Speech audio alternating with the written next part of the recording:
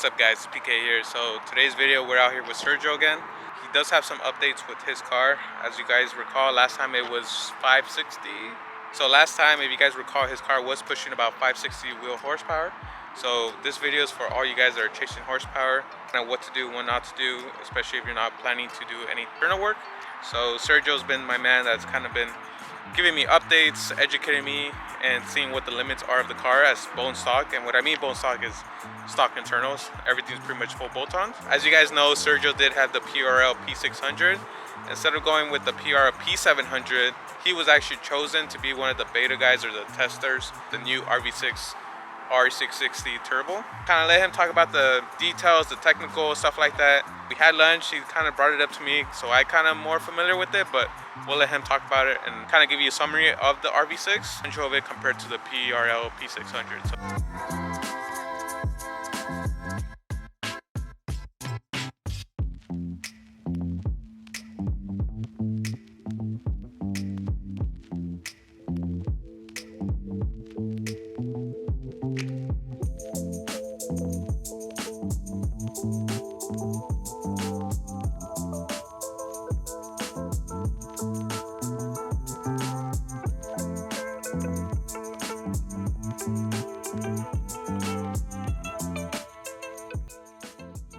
Teaching us, educating us about the new turbo you have, and second, comparing it to the Prl P600. Apple to apple comparison, but I guess we could go over it. Yeah, we'll go over the differences. I think a lot of people are curious, now that the P600 has been discontinued, really now all you can do is get the P700, so the P600 is no longer available. Okay. And that's one of the big things that RV6 did compared to what everyone else is doing, is that instead of the TD04 center cartridge where they have the bearings and stuff like the stock turbo, RV6 went to a TD05. So if you look at the center cartridge, it's actually much larger, has a larger bearing, so thrust loads and stuff like that, it's a more reliable, robust turbo. So RV6 is going for something you can really beat on, lasts a long time, very durable, and then also the least amount of back pressure possible, because a lot of guys are revving these out, and the higher you rev this motor, the more back pressure you're going to create. So what you don't want is back pressure issues. That tends to like crack rocker arms and stuff like that when you start to get on it, because you have that reversion back into the chamber. It affects the tune, kind of gets unsafe, right? So one of the things about the smaller turbos is that when you reach that threshold of like a 2-to-1 ratio, as like if I'm running 30 pounds of boost and I've got 60 pounds of pressure going backwards, it's a lot of pressure on the exhaust valves and stuff like that going back. So you want to kind of get away from that as much as possible and let the turbo actually breathe the air so that there's no issues mechanically with the motor side, right? So this is the biggest hot side that you can fit in this location. And one of the reasons is they have the space limitations, obviously, of where the head is, where the downpipe goes, and that kind of stuff. So there are some limitations that they had to work with, and with basically everything bolts on, right? So you don't have to like have a special RV6 downpipe or whatever to fit this turbo. Everything fits with the bolt-ons you already have, but it's the largest hot side available, which I thought was kind of where I wanted to go last time we spoke, where I wanted to rev it higher, I wanted to make more power top end, I wanted to kind of carry the power longer. So RV6, basically that's what their goal was with this turbo, is even if you're a road race guy and you're going to run lower boost, you're going to run 20 pounds, 25 pounds, that's fine too. You'll still be able to rev it out, 70, I'm running 7,600, hopefully rev it out to 8,200, and that's the testing we're doing, is just kind of seeing what the limits are, right? And so we're pretty happy now. I mean, we're at 566, 434 torque, and we keep the torque low, keep the motor happy. A lot of guys are like, oh, I make 480 torque, 490 torque, and that's great. But we think anything above 450 is kind of stretching the limit, especially down low. You don't really need 450 at 3,000. Hey man, I gotta beat the minivan next to me. Right, you're 20 mile an hour in traffic, but I want to stomp it and roast them. And that's kind of where I like about these bigger turbos is that down low, again, like we talked about last time, you can get into the power. They're not going to roast the tires. You're going to be able to smoothly accelerate. And when the boost comes on around like 4,000, I'm making 430 foot-pounds, so it's gonna move. It's just you just stay in it and the torque comes. But down low it drives really similar to stock. It's just nothing crazy. And that's what I love about it. It's you wouldn't know the power is there until you really stay in it, right? Yeah, the hot side. So I don't know if you want to get the center section, but it comes with a stainless steel oil return line there, the feed line, and then on top of the A&N fittings, I don't know if you can come this way and kind of look down. I know it's a tight fit, but they went with dash 10 A&N fittings for the cooling. So what that's going to do for you, especially on track, is that you're going to be able to flow more coolant, keep the turbo cooler, which also in turn keeps the motor cooler, because the coolant isn't trapped in the hot turbo. It's able to come through, get in and out, and flow more. So that's the coolant flow is really where it's at. So again, larger bearings, more coolant flow, and then that stainless oil feed. So you've got quality, high quality parts on the turbo itself. So they did a really good job. When you compare the hot side of the volute on the underside, you can see the massive difference from the P600 that I was using to this. It's almost like double in size. So it's quite a bit bigger on the volute on the hot side. So that just helps, no exhaust back pressure issues. Yeah. That's really going to help us out on the top end. I am revving it out to 7,600, and so we ran out of fuel with the 1400s I was on. Right, so, right. You mentioned that so the stock injectors are what size?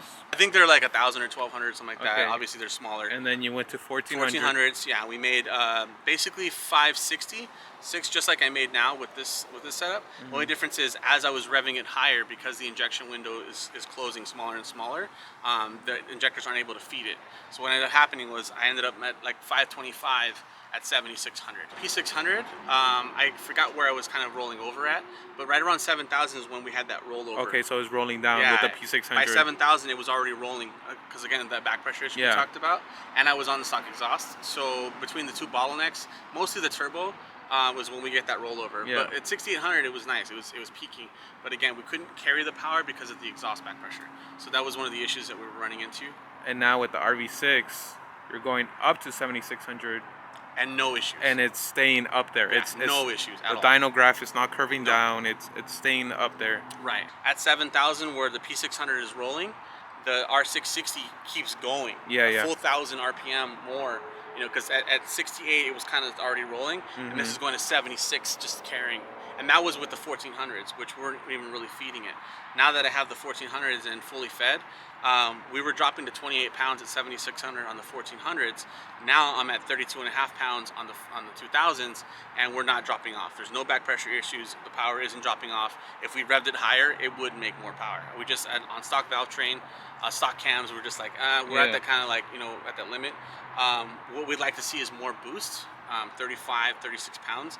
Unfortunately, there is a kind of a freak out in the ECU at about 33 pounds. At 33 pounds, we were running into an issue where we were commanding so much ignition timing because we were running, obviously E55, that the calculations within the ECU were saying something's wrong.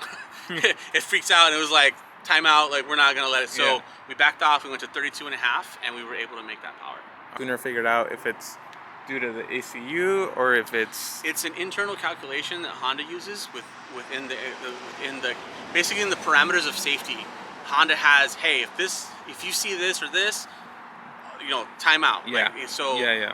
Hopefully we can maybe get around that if Honda can write some code to kind of get around that, or at least get into the tables where we can bump that up, because those are the things open up the parameters. Right. So once we can actually change those parameters of freak out so that we can go 34, 35, 36 pounds, then we should be able to see more power, even on the stock cams, I think, with an R660. I think it has the lungs to really supply the air. We just have to, obviously, have the electronics to allow us, and that's the one thing with this car, it's very sensitive.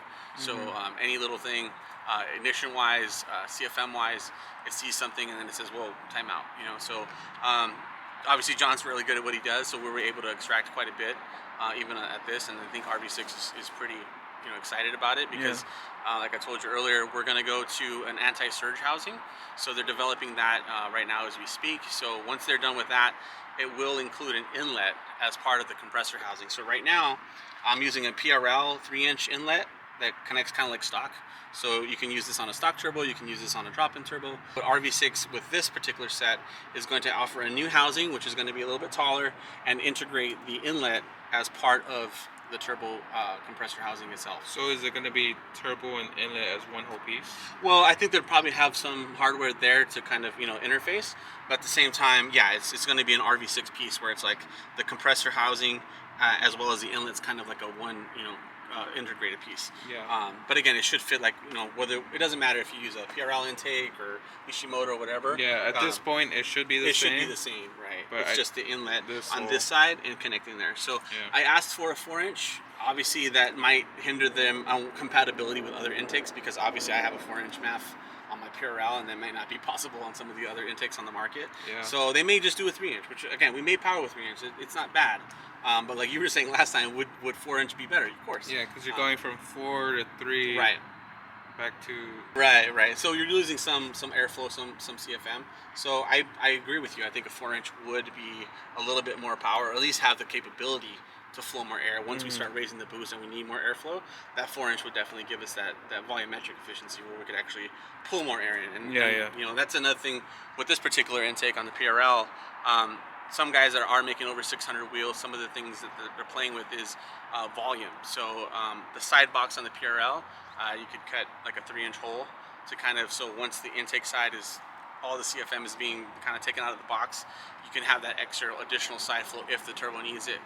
It does raise the IATs up a couple degrees because especially when you're sitting around in traffic, you have that hot air from the engine kind of going there. But at the same time, when you're making 650, 700, 750 wheel, and you do need that CFM, it's nice to have that additional airflow. I think Dura was pointing out the fact that like the carbon fiber intake from Venturi has 2 inlets. So you have underneath that pulls cold air from underneath, and then on top. So you kind of have 2 areas to pull air from, which is nice, and I think that's a smart idea. I would probably maybe look to do something like that for the PRL, is on the side create some type of, you know, under hood scoop where we can get air to the side of the box or something like that. But just add more airflow, because if you look at the box itself, I mean the intake filter is like 80% of the box, you know, it's like, you know, and then even the filter itself might be a restriction eventually because it's just flowing so much more air that I don't know, you know, if that becomes a restriction later on. But so far so good. Like, you know, the 2000s, like I told people on the forums, they're not a walk in the park, right? Like it's going to take some custom tuning, but they do work. And so the idle is good now. Idle's, you know, pretty close to stock.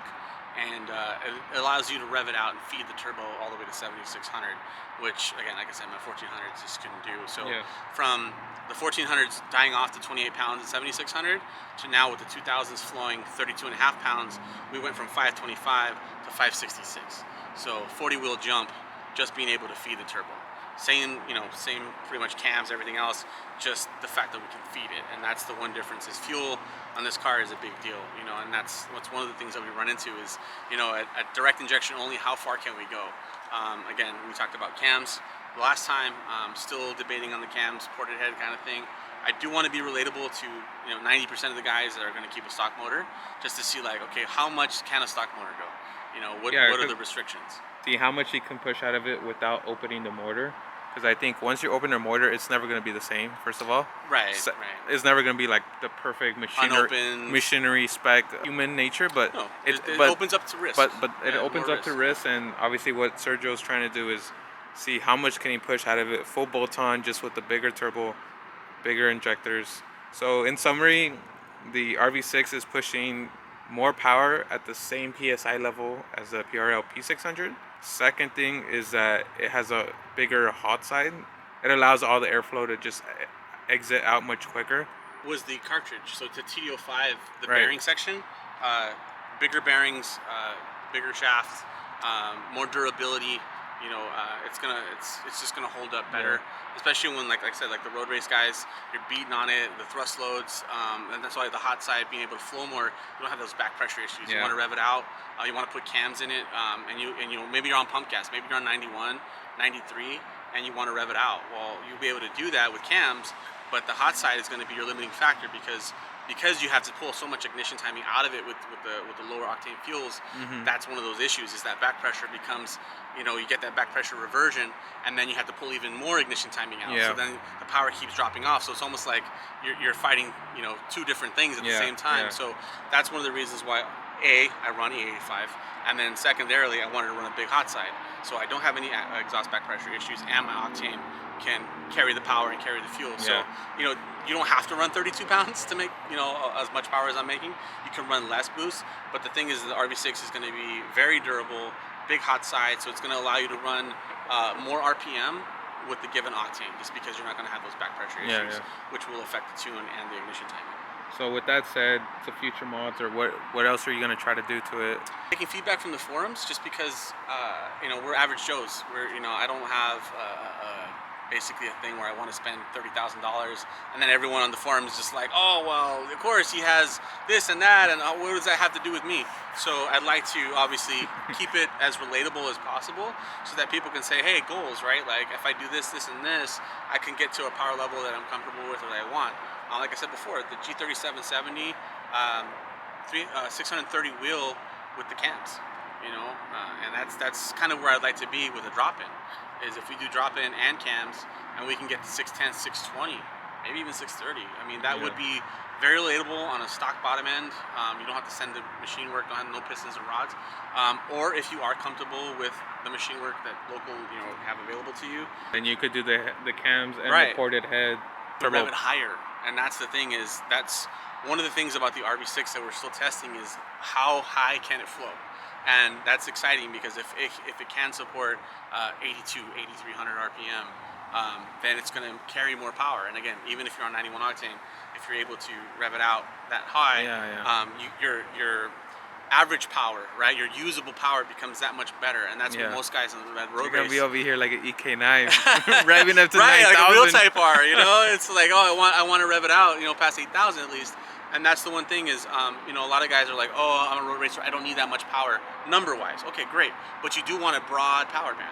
And that's the one thing that this turbo will allow you to do, is it stretches that power band, and you'll be able to run it safely, right? Valve train cams, revving at 8,300 RPM with a turbo that supports it.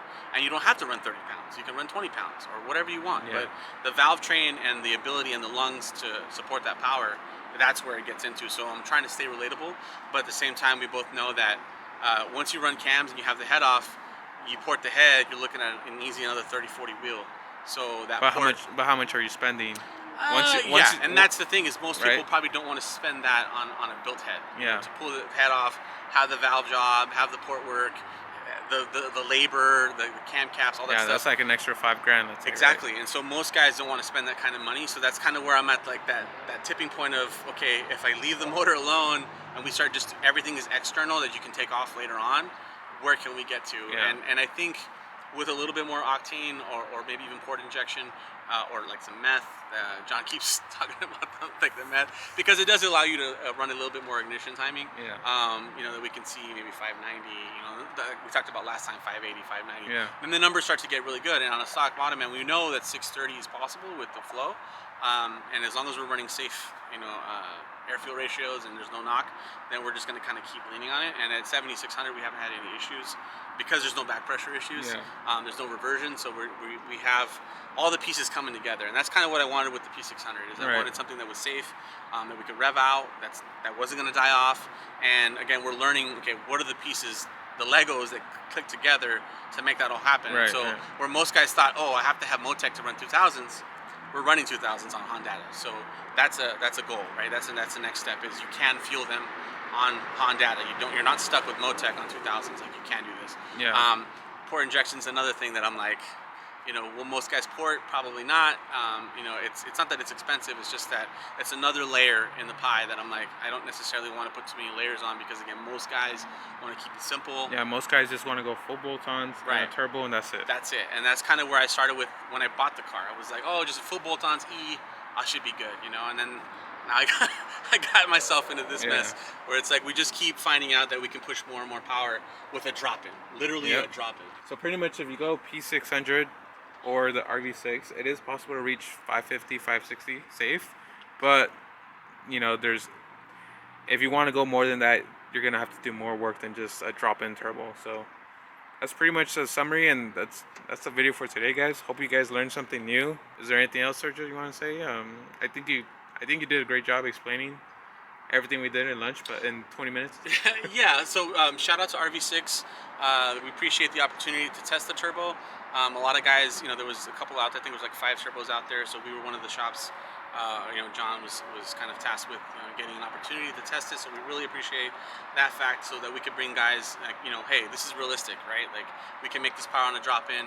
They did a lot of R&D. They really went out of their way to make sure the turbo is going to be reliable, the bigger bearing section, the bigger hot side, RPM, like everything that I wanted the Type R to be, which is like old school, like high rev, high power. Like you really start to feel like it's more like an old B series or G series, you know. And that's what kind of wanted, and so I'm very happy now, you know, revving it out, and then and taking the time, because we did give them feedback, and then get that new compressor housing is something that they didn't originally, I think, want to do, or basically just maybe didn't think about, but because of the restraints, they had to spend more money, and I appreciate that, the fact that they're going out of their way to help us make more power, you know. And that's the thing, is they didn't have to, but they are going to do it, and I really want to shout them for that, for listening to the feedback, and then obviously wanted to take that time to make sure that the final option, like that's an option, like the final revision is pretty much done. Like this is the turbo that most guys will get in their hands, but they are going to work on that that inlet, you know, and the anti-surge housing, which will probably do another probably 15-20 wheel.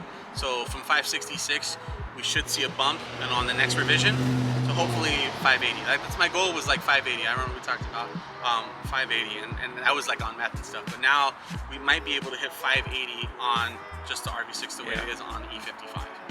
One more thing is shout out to Mugen Lord George. As you guys know, check out his video, but he's a track guy. He takes his limited edition Type R out to the tracks. I was on stock exhaust, and that was one of my things. You know, in California, the cops are really, you know, on us about exhaust. But at the same time, I wanted to bring the numbers. I wanted to flow. I wanted the turbo to breathe. So thanks to him, I was able to get the 3-inch, which I believe did make a difference. I mean, it spools harder. I don't think there's any back pressure issues whatsoever, and that wouldn't be possible without the exhaust. So I appreciate that. Hope you guys enjoyed this video. Make sure to subscribe for more Type R content, RSX content, and just content out here in SoCal. So catch you guys next time. Bye, guys.